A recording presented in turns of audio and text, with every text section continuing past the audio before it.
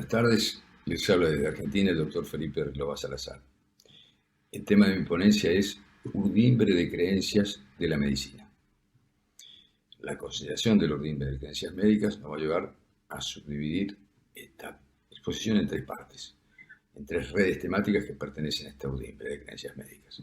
La red temática discursiva, la red temática referida a su paradigma o red paradigmática, y la red epistémica, o de los supuestos y saberes socioculturales que sustentan nuestros paradigmas y nuestros decires médicos. Voy a leer la definición a la que suscribo de acá más en relación a estos dos términos.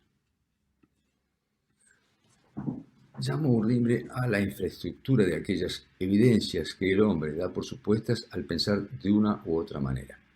Jorge Saurí, Historia de las ideas psiquiátricas, editorial Lole Lumen, año 1969. En lo que el doctor Saurí extiende años más tarde este concepto y va a decir de otro modo, un urdimbre es ese estambre fundamental constituido por conjuntos de creencias que al entretejerse con otros conjuntos también creenciales sirve de base para el asentamiento de la praxis de personalización y los modos de conocer y saber del mundo. Bien, la referencia al doctor Saurí en este espacio creo que tiene una valencia añadida porque se trata de alguien que iba a proponer a través de su vastísima obra justamente una antropología psiquiátrica, fundada en el reconocimiento de los supuestos implícitos de cada abordaje, en los supuestos antropológicos, o la idea del hombre, a la que se accedía en su caso en los quehaceres relativos a la salud mental.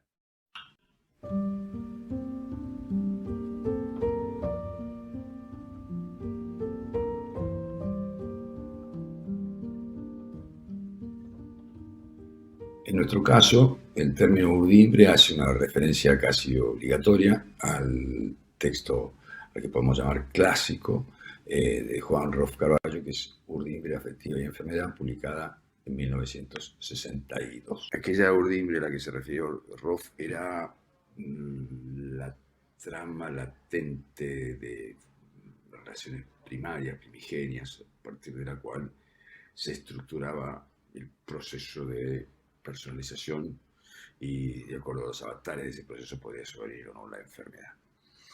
La urdimbre es un término que procede de la industria del telar. Son las fibras firmes, en general, que se mantienen fijas entre dos tablas y entre las cuales van pasando los hilos que componen la trama que encubren a esa urdimbre. De allí que el urdimbre no sea algo visible, pero es lo que da sustento. Es aquello a partir de lo cual el tejido se puede desarrollar y a partir de entonces, bueno, puede ser un tejido que nos abrigue, que abrigue a un tercero, que nos dé sostén, que tenga múltiples utilidades, pero una acepción posible de la misma etimología contenida en este término urdimbre es la de poder quedar atrapados en nuestra propia urdimbre, el no tener acceso a escuchar a otros colegas que proceden de otras latitudes epistemológicas o no poder escuchar incluso la singularidad de aquel a quien asistimos, que tiene su propia urdimbre creencial y a partir de la cual ha ido construyendo con otros y con el mundo el amasado de su propia existencia. En lo que sigue, que va a haber una revisión crítica de los criterios y los modos de expresarnos los médicos, lejos de eximirme de esa crítica, me voy a referir al que ha sido mi propio modelo de pensamiento, sobre todo en los primeros años de posgrado, cuando hice mi residencia en medicina interna. El paradigma infeccioso, al que me voy a referir después, era en ese momento de la residencia el modelo de pensamiento que creo que compartíamos tácitamente entre colegas y que nos permitía resolver nuestras perplejidades, como lo define Kuhn cuando hablé de paradigma, y entendernos. No fue sino un tiempo después, cuando ya egresado de la residencia en clínica, hice un curso superior de psiquiatría y mientras lo podía hacer durante la mañana, trabajaba a la tarde de clínico, que ahí se me hizo posible la crítica al acceder a otro modelo conceptual que instaba a otro modo de desenvolvimiento para poder asistir a un ser humano. Bueno, el que yo conocía era un idioma, pero al parecer hay más de uno. Empezaban mis primeros años en una formación que considero muy feliz para mí, donde lo importante era conocer cómo se expresaban las personas a las que asistíamos en el servicio de psicopatología del Hospital Italiano, amén de cómo se expresaban, cómo veían el mundo, cómo veían a los demás, cómo sentían a los que los rodeaban. Y en el esfuerzo psicoanalítico había una búsqueda de los puntos, aquellos puntos de fijación, aquellos caminos privilegiados por cada sujeto en orden a su deseo, qué era lo que recorría, cómo se relacionaba con los demás, cómo era su representación grupal. Bueno, eso es que se hacía con una persona, cómo se expresa, cómo piensa, por qué piensa, cómo piensa. Se me ocurrió hacerlo con aquello que era la medicina en sí, como si la medicina fuera un sujeto. ¿Y a qué está sujetada? ¿Cuál es el discurso que la sujeta? ¿Cuáles son las metáforas? ¿Qué significan? ¿Qué omiten? Y a través de ese decir se puede, corriendo alguno de los hilos del discurso, reconocer el paradigma o marco estable de referencias conceptuales que sostiene nuestro discurso médico. La red epistémica va a estar dada por lo que es el contexto de descubrimiento o de consolidación de este paradigma y las razones por las cuales hoy se perpetúa. Voy a pasar unas figuras de lo que es un urdimbre, son de Wikipedia, y nos va a permitir entender mejor el concepto.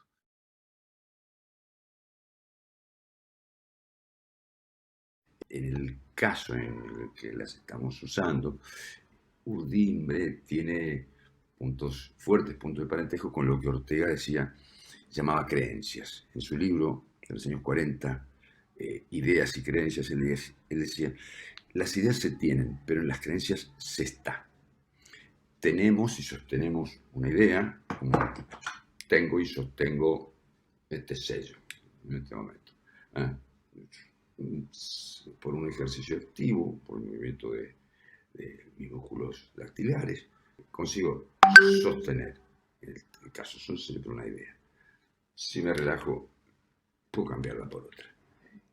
En el caso de las creencias, no. Las creencias me sostienen a mí. Entonces lo pasivo es quedarme en las creencias.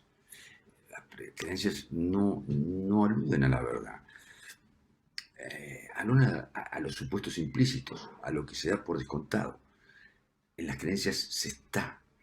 Las creencias me tienen. Entonces, las damos por descontadas, las suponemos tan ciertas como las baldosas estas sobre las que se apoyan en este momento nuestros pies.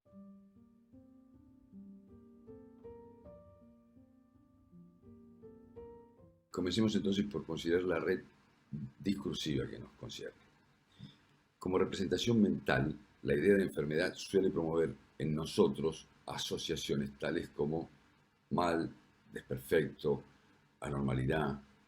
En lo que vamos a ver, las perspectivas que nuestra cultura ha ido otorgando a la enfermedad en distintos momentos de su historia aparecen dispuestas en nuestro discurso médico actual como las distintas lentes de un mismo telescopio.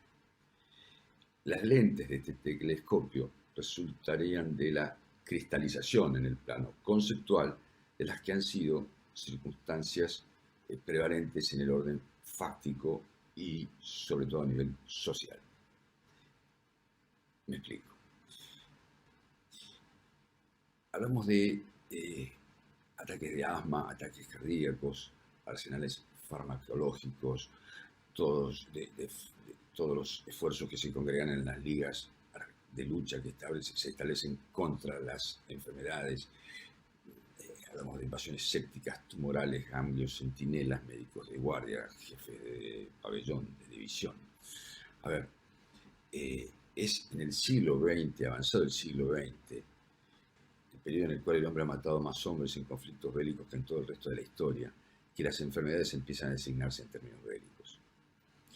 Resultaría una rareza encontrar en el discurso de un hombre del principio de la medicina contemporánea como Laennec, por ejemplo, que en su Tratado de la Ocultación Mediata en 1819 sostenía, un hombre de su prestigio, que la tuberculosis solía sobrevenir a las pasiones tristes, profundas y prolongadas. Ya vamos a ver después, cuando nos acostemos a considerar el paradigma infeccioso dentro de las redes temáticas de nuestra urdimbre de creencias, que los dichos de Laennec van a encontrar muchos otros autores más recientes que lo confirman, pero que estos, como él, quedan aplastados bajo el peso del paradigma o cubiertos por la trama de razones y justificaciones que ponemos para sostener un urdimbre que a veces nos atrapa, sin dejarnos ver que bueno, puede ser nuestro sustento, nuestro lugar discursivo incluso, pero conviene cada tanto hacer un poco de silencio de sí, ese silencio tan sugestivo que es como decirle, a través de actitudes le hacemos saber a otro que hay en nosotros un lugar para él. Eso es el sentido de escuchar.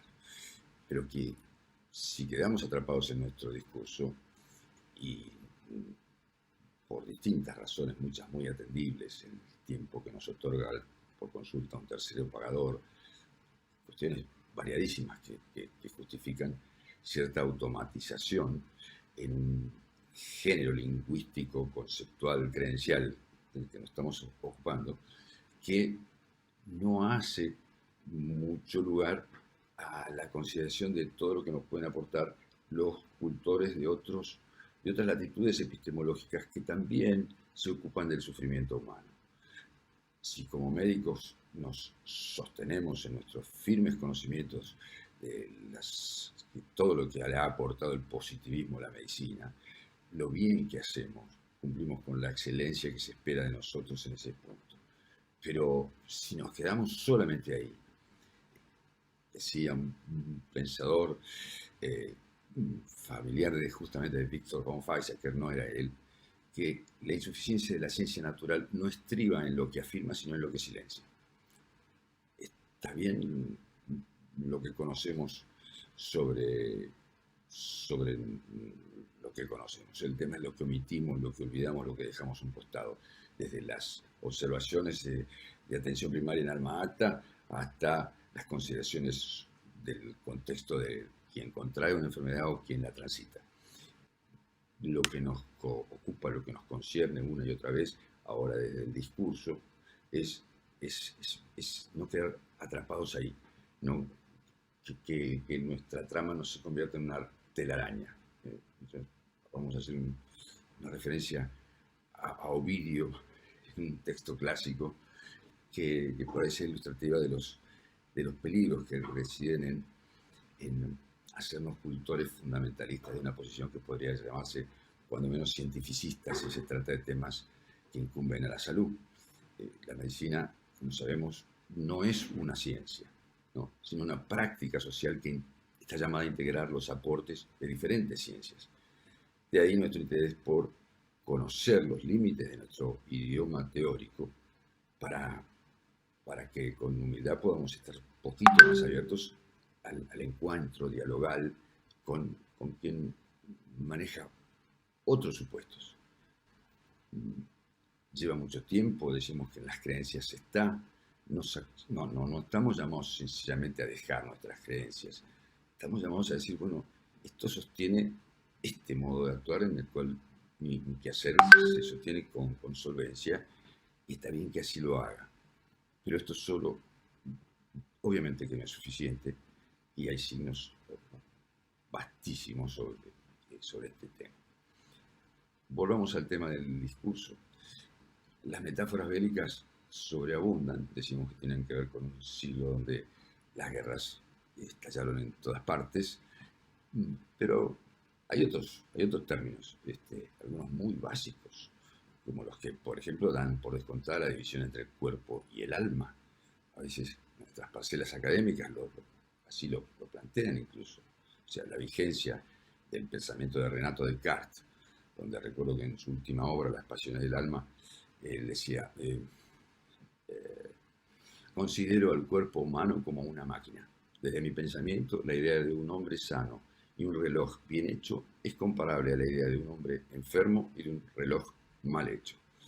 O sea, nuestra consideración actual, aquella por la cual tendemos a considerar a los órganos a veces como piezas susceptibles de ser reemplazadas.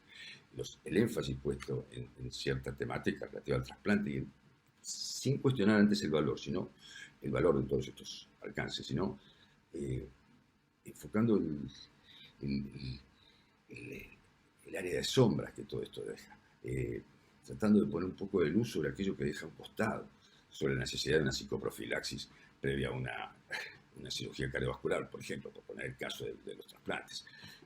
No siempre se lleva a cabo.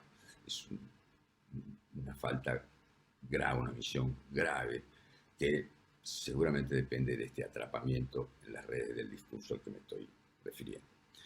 De Descartes depende también esta tendencia a un pensamiento causal, de tipo lineal, unidireccional, donde hay un factor teológico que oficia como causa y no una red de causas en donde incide lo biológico, lo social, lo afectivo, lo emocional, la urdimbre de creencias, la urdimbre de creencias del profesional que lo asiste, el marco de aquello que oficia de lugar de encuentro entre el asistente y el asistido. Bueno, la complejidad de la asistencia es, sabemos que, enorme.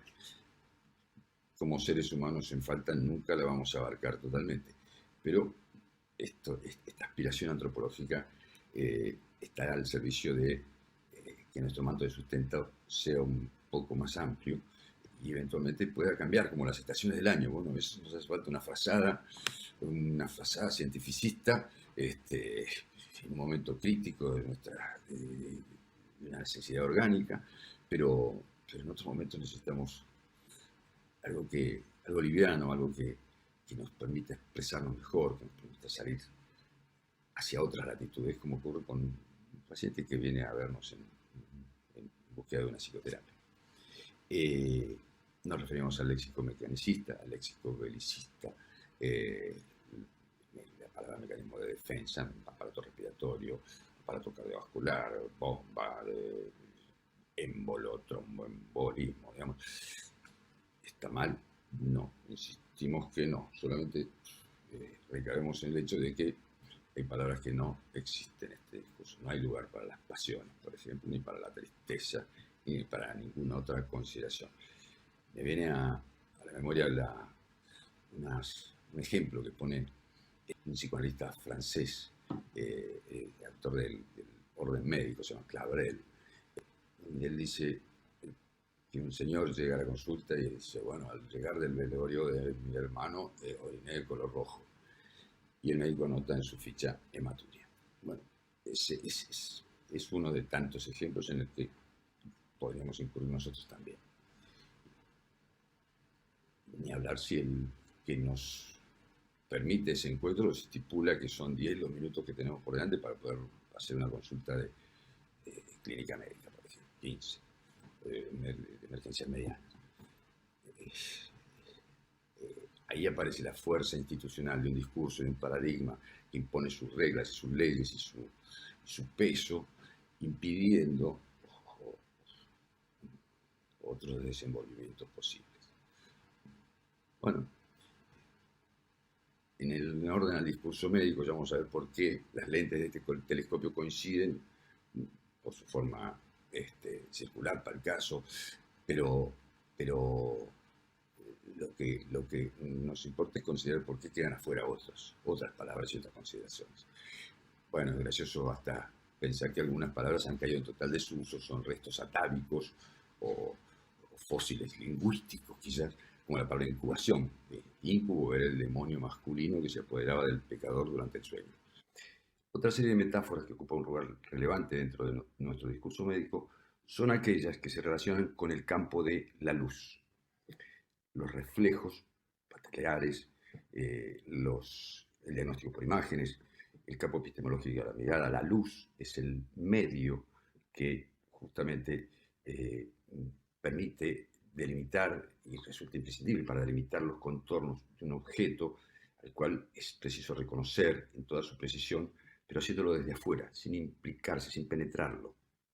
En nuestro caso, tratando de seres humanos, sería implicarse con él en alguna medida, haciendo un momento de silencio, no sé si incorporando metáforas distintas, que acaso no sea tan fácil, sino, aunque sea haciendo un minuto de silencio, algún espacio de silencio, algún gesto de silencio que le haga saber al otro que hay alguna posibilidad para que nos comunique eventualmente qué es lo que el estar enfermo significa para él. Porque la suerte de nuestras intervenciones al caso va a ser otra de acuerdo al momento y algo podemos hacer, terciar en algún caso. Y eventualmente diferir una medida cruenta, por ejemplo, si es posible, si no resiente el tratamiento. Es algo a considerar solo en tanto en cuanto tengamos acceso a eso que la mirada no ve, a lo que se accede solo a través de la escucha. Bueno, a través de las metáforas lumínicas y la exterioridad que ocupa el observador respecto al observador, encontramos la íntima afinidad creencial que existe entre el iluminismo, el racionalismo iluminista y mecanicista, y las metáforas aquellas que se referían a los incubos. Hoy, es cierto, ya nos relacionamos al mal de Parkinson con la ira de los dioses o la hostilidad de los espíritus, o con demonios masculinos que se nos apoderarían durante la noche. No obstante, la afinidad íntima de estas metáforas reside en que las dos coinciden creencialmente, sin explicitarlo, o no en este punto por lo menos, en que la enfermedad y las intervenciones sobre ella es algo que viene estrictamente desde el exterior. Diabólicamente o a través de algún germen, agente, noxa, nunca vinculado a la tristeza del eneque. Hoy que estamos estudiando la afinidad creencial de estas metáforas, nos podríamos preguntar, bueno, ¿a dónde está el ordenador? Hablábamos de un telescopio como metáfora, bueno, ¿cuál es el tubo? O los tubos concéntricos que se implican entre sí. La afinidad íntima de estas metáforas, ¿acaso está en lo que omiten, en lo que no dicen? El paseo por estas metáforas nos hace recordar una vez más que en cada miembro de la sociedad, al margen de su condición de lego o de académico, existe un heredero y un portador de una extensa historia cultural que a veces desconoce. El depositario de esa historia es el lenguaje médico y el lenguaje general. En este punto esperamos que lo expuesto haya servido una vez más para recordar que el lenguaje no es solamente una descripción de las cosas, sino una fuerza que opera sobre las cosas imponiéndole sus normas y sus leyes.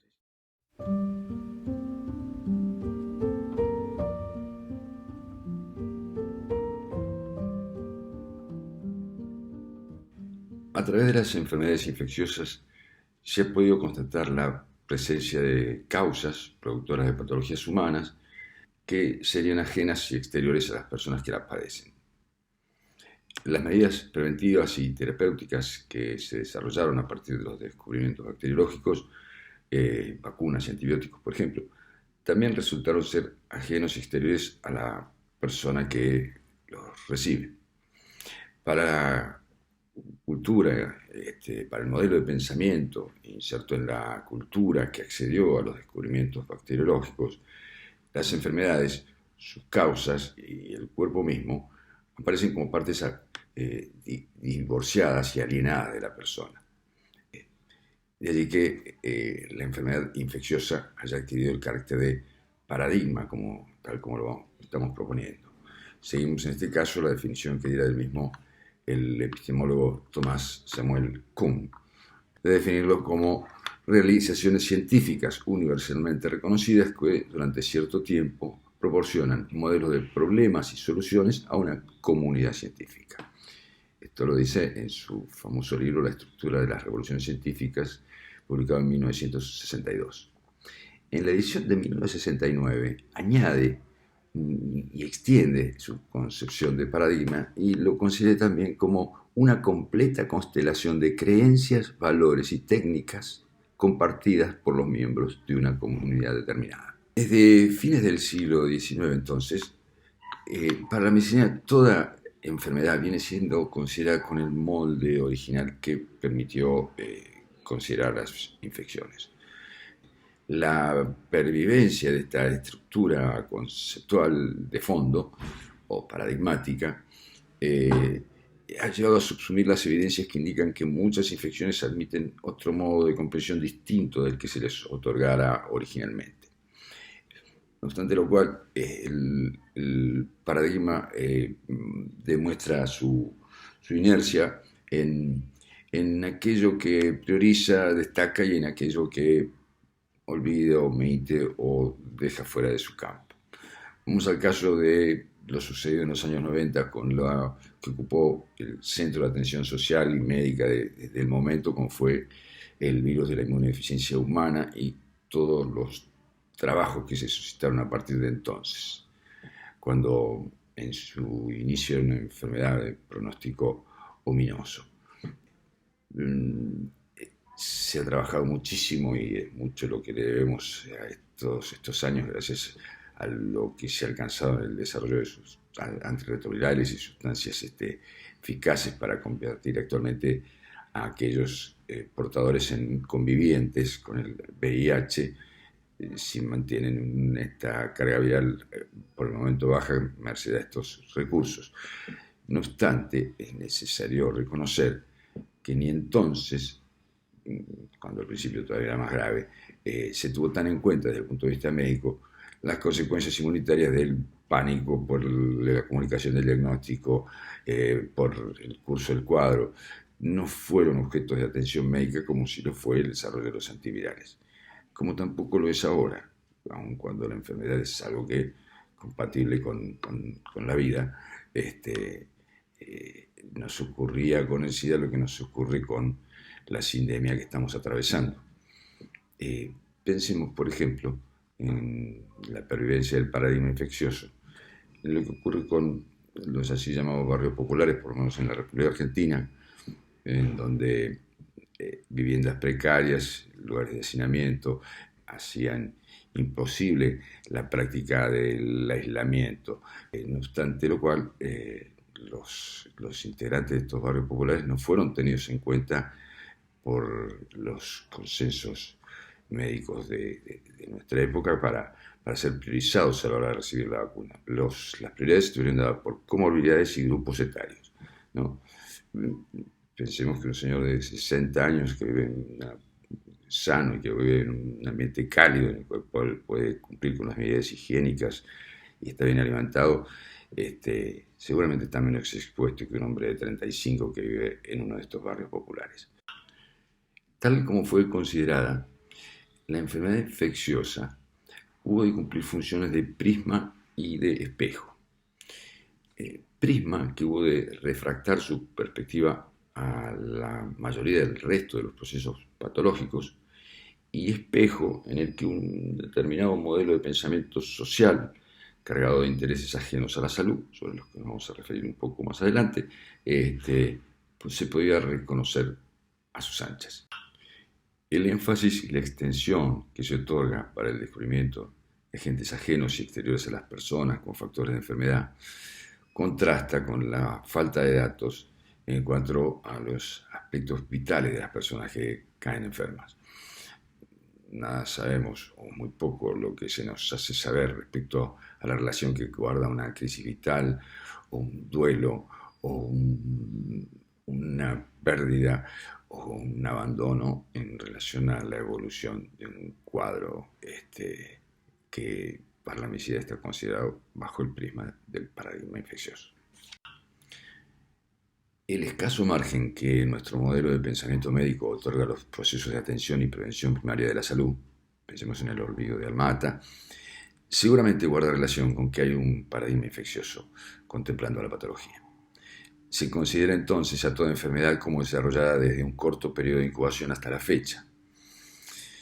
Para otras perspectivas, lo que llamamos enfermedad podría llegar a ser el resultado de toda la vida de una persona, por lo que ni sus síntomas serían un comienzo, ni su origen o su extensión se deban ceñir estrictamente al campo de la biología, de su biología. Cuando en los medios de comunicación se hace referencia a la anhelada vacuna contra el cáncer, lo que está implícito en esa expresión es una tácita referencia al paradigma infeccioso. Solo para el cáncer de pulmón se conocen decenas de toxinas carcinogenéticas en el humo del tabaco. Lo mismo sucede con un extenso número de agentes físicos, químicos y ambientales en relación a distintos tumores. Pero lo cierto es que mientras ninguno de estos agentes alcanza la jerarquía que tuvo el bacilo para la tuberculosis o la espiroqueta para la sífilis, la causa del cáncer sigue siendo desconocida.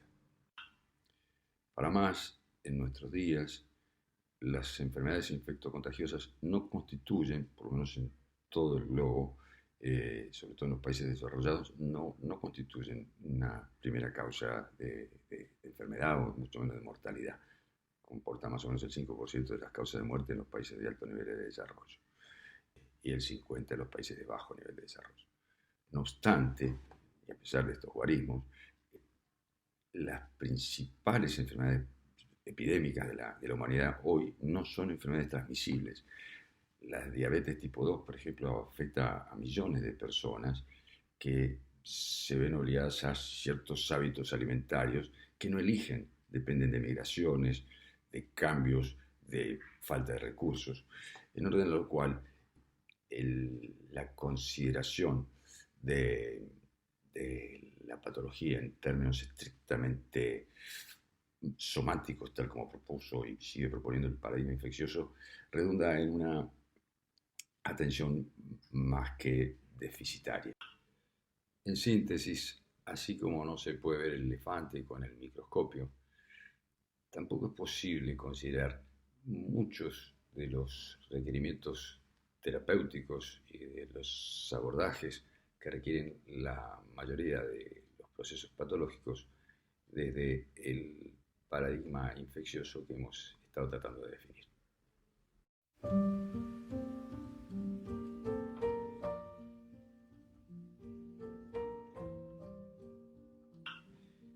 La medicina contemporánea se inicia a principios del siglo XIX a partir del sincretismo de tres mentalidades médicas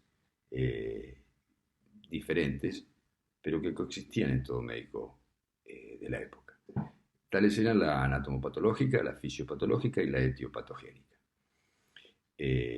Uno de los representantes de este primer momento es Laennec, sobre quien volveremos, pero lo cierto es que al avanzar el siglo, la bacteriología y el descubrimiento de la anestesia terminaron de darle los perfiles definitivos a la medicina contemporánea. Lamentablemente, estas dos formas de excluir al paciente de su tratamiento se convirtieron en paradigma. Está claro que la experiencia, en este caso la experiencia clínica, tiene especial importancia cuando la disciplina está en su momento de constitución. Cuando pasa el tiempo, estas experiencias se traducen en aparatos conceptuales que se transmiten a los aprendices, quienes los suelen recibir de manera acrítica. Luego, aquella medicina de experiencias de hombres como Laennec, Pinel, cito Pinel porque es considerado el padre de la psiquiatría francesa, aun cuando también practicaba la anatomía patológica, señal de que para la época los soplos, los estertores o las lesiones anatomopatológicas no estaban tan divorciadas de las tristezas. No obstante lo cual, al avanzar el siglo, lo científico pasó a ser la identificación de las causas de las enfermedades, no los motivos para contraerlas. René Laennec fallece en 1826. Su obra, El Tratado de la Ocultación Mediata, en el que hace referencia a la tristeza y la tuberculosis, es del año 1819. La vida de este clínico eminente, considerado el clínico más brillante de la época, permite contrastar dos momentos muy distintos desde el punto de vista histórico-cultural.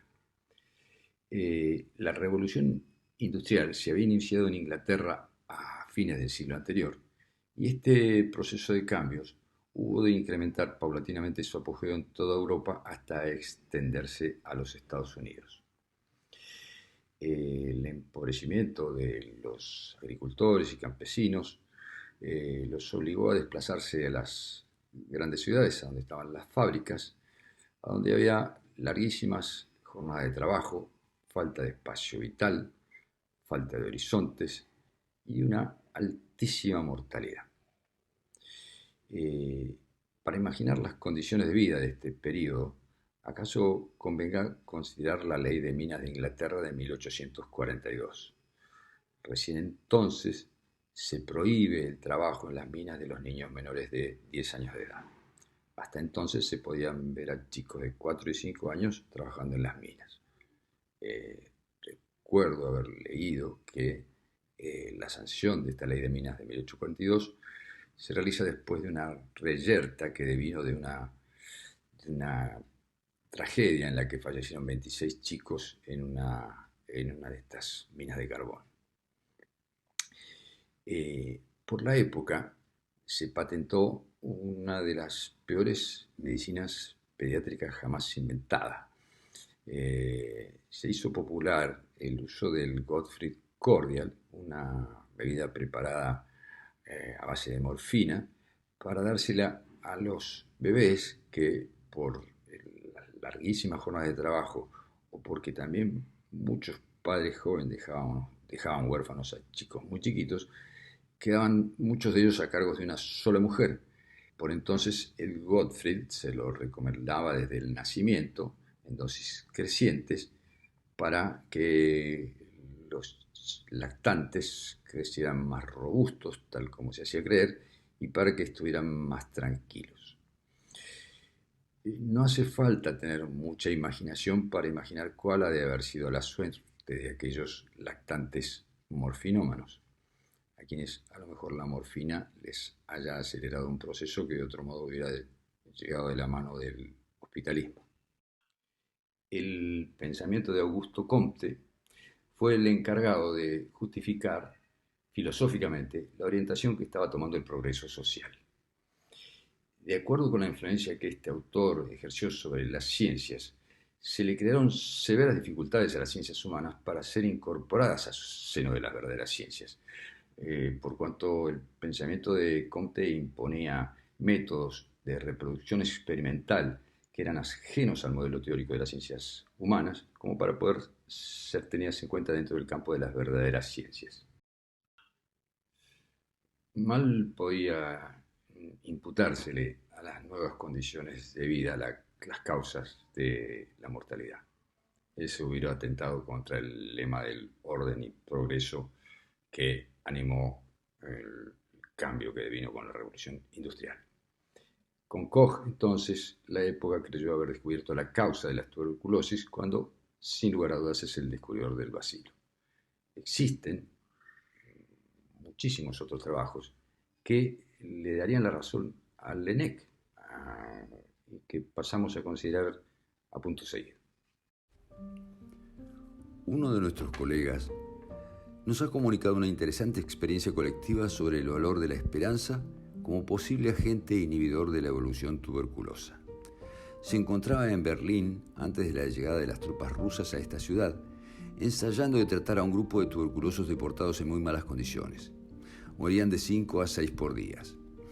Los bombardeos que precedieron a la caída de Berlín los obligaron a refugiarse en los sótanos, en condiciones aún más que desastrosas, sin aire, sin luz, en condiciones higiénicas deplorables y con un racionamiento de alimentos y medicamentos más que precario. Contrariamente a lo esperado, los decesos no aumentaron, sino que cesaron casi completamente durante la quincena que precedió a la llegada de los rusos, a quienes los enfermos consideraban desde el fondo de los sótanos como los libertadores que les permitirían volver a sus respectivas ciudades. Vivían prácticamente de esperanzas. Caída Berlín, la suspensión casi total de los decesos se mantuvo durante aún 15 días, mientras duraba en ellos la esperanza de una repatriación rápida. Pasado ese tiempo, y como el retorno se hacía más lejano de lo que ellos habían pensado, estos desgraciados se dejaron deslizar, de acuerdo con una expresión popular, y el ritmo de los fallecimientos volvió a aumentar. Esto lo dice Maurice Porot, el catedrático de psiquiatría francés, en el año 1952 en el libro Psicología del tuberculoso, publicado en la editorial Nova, en la página 47. La psicología académica recuerda mucho al autor de esta obra porque Maurice Porot es el creador del célebre test del dibujo de la familia que los niños practican con bastante agrado. Su uso se funda en los principios psicoanalíticos de la proyección, donde el test posibilita la expresión de sentimientos de los menores hacia sus familiares y permite reconocer también la situación en la que se colocan ellos mismos, los chicos, respecto a su medio doméstico, digamos. Maurice Porot es un hombre que nació en 1912, era hijo del conocido doctor Antoine Parot, que ejercía en Argel, el profesor en la Facultad de Medicina de la ciudad de Argel, cuando Argel era colonia francesa, se había carteado en su momento con Freud, un hombre de ideas naturalistas muy particular, pero Maurice había hecho una pasantía por este hospital y con el tiempo se convirtió en profesor en la Facultad de Medicina de Clermont-Ferrand, una ciudad francesa del centro de Francia, donde fue catedrático de psiquiatría y psicología médica.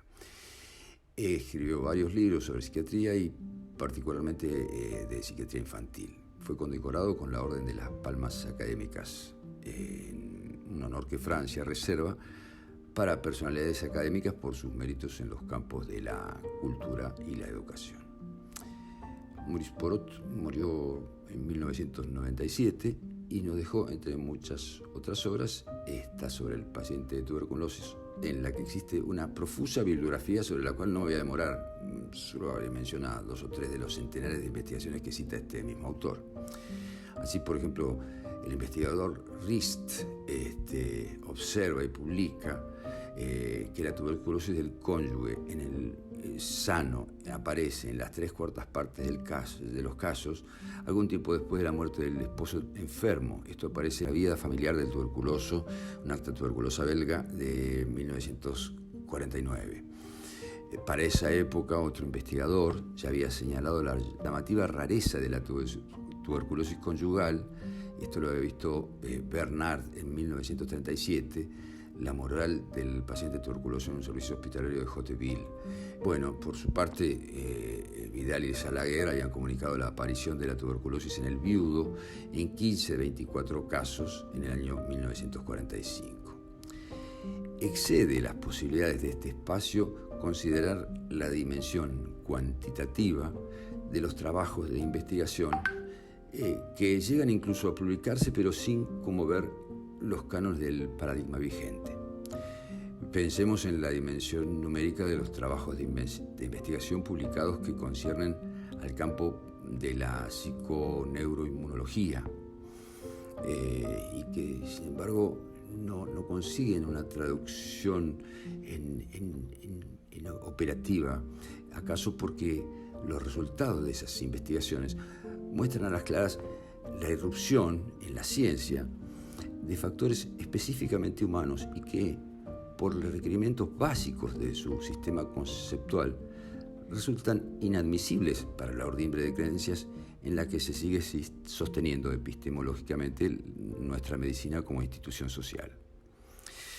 Psico, neuro, inmuno, endocrino, ecología. Esta es la última que escuché, es una palabra larga si las hay, en la que se trasunta el esfuerzo por dejar de separar lo que humanamente siempre ha debido estar unido. A propósito de la palabra larga relativa a estas partes fragmentadas que buscan volver a unirse, en base a lo considerado es preciso reconocer que nuestras lenguas no nos asisten muy eficazmente a la hora de dar cuenta de una medicina antropológica.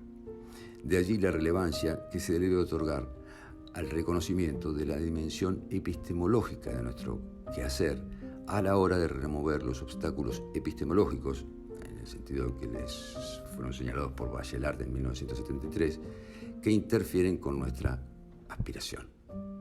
Muchas gracias. Pasamos al corolario.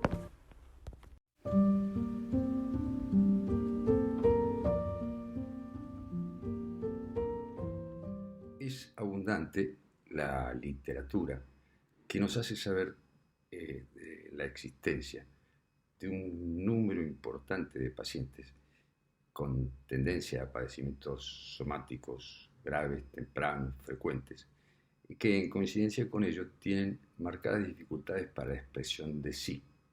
No se trata de personas que no sepan justamente hablar, sino de hacer uso de la lengua para expresar cuestiones personales, cuestiones que deben primero registrarse, discriminarse, cualificarse y expresarse como afectos. Existirían quienes tienen a lo mejor muy buen vocabulario, pero una pobre capacidad para el registro de los propios sentimientos y para la expresión de sí. Es en ellos en quien nos parece más importante subrayar las consecuencias deleterias que dependen de una urdimbre de creencias médicas, entre las cuales nos hemos dedicado a considerar el discurso, que no tiene ningún miramiento para con el discurso del paciente, alguien que ya tiene dificultades para la expresión de sí y que en sus peores horas, cuando cae enfermo, no tiene quien lo escuche. Con relación a los pacientes psicosomáticos, el psicoanalista argentino David Malatsky hizo referencia a los mismos, señalando algunos rasgos muy interesantes y haciendo algunas aportaciones que son muy orientativas a la hora de pensar en el modo de asistirlos. Él lo asocia con estados de desvitalización, con una libido intrasomática que no encuentra forma de cualificarse representativamente, encontrando puntos de coincidencia y contacto con autores como Martí, de la Escuela Psicosomática de París. Pero creo que las expresiones de David Malatsky son muy luminosas y me gustaría plantearlas. Él sostiene entonces que la capacidad de sentir nuestros propios sentimientos depende de la posibilidad de sentirnos sentidos por alguien más. Esta idea tan luminosa, tan orientativa para nuestro quehacer, acaso resulte una obviedad para un filósofo.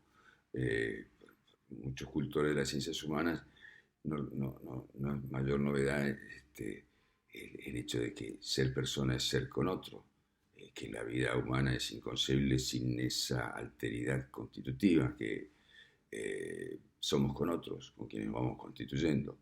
Pero bueno, esto que es tan obvio para las ciencias humanas no lo es en cambio para el ámbito de la urdimbre de creencias al que nos hemos estado refiriendo hasta acá. Es cierto que la posibilidad de sentir los propios sentimientos, no todos los sentimientos son simbolizables, no todo lo humano se reduce a palabras, pero bueno, aún en tales casos cabe la posibilidad de acompañar, silenciosamente si es posible, sobre todo cuando estamos frente al misterio. Gabriel Marcel establecía una división bastante tajante entre lo que eran problemas o misterios. Los problemas como tales son aquellos que demandan y aceptan una posible solución. Los misterios no.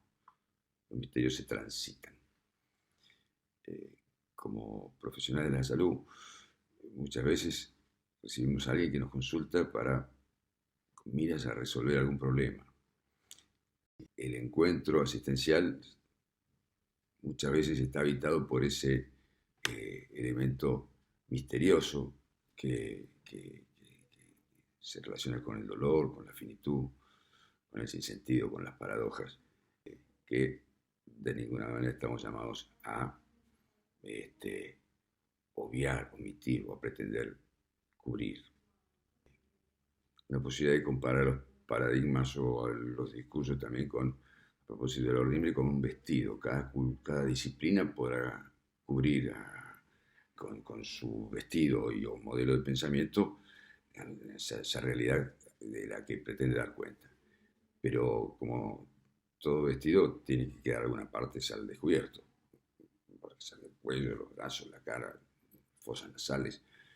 De lo contrario, el vestido se convierte en mortaja. En nuestro caso sería una urdimbre amortajante, de pretender cubrir exclusivamente con eso toda la realidad.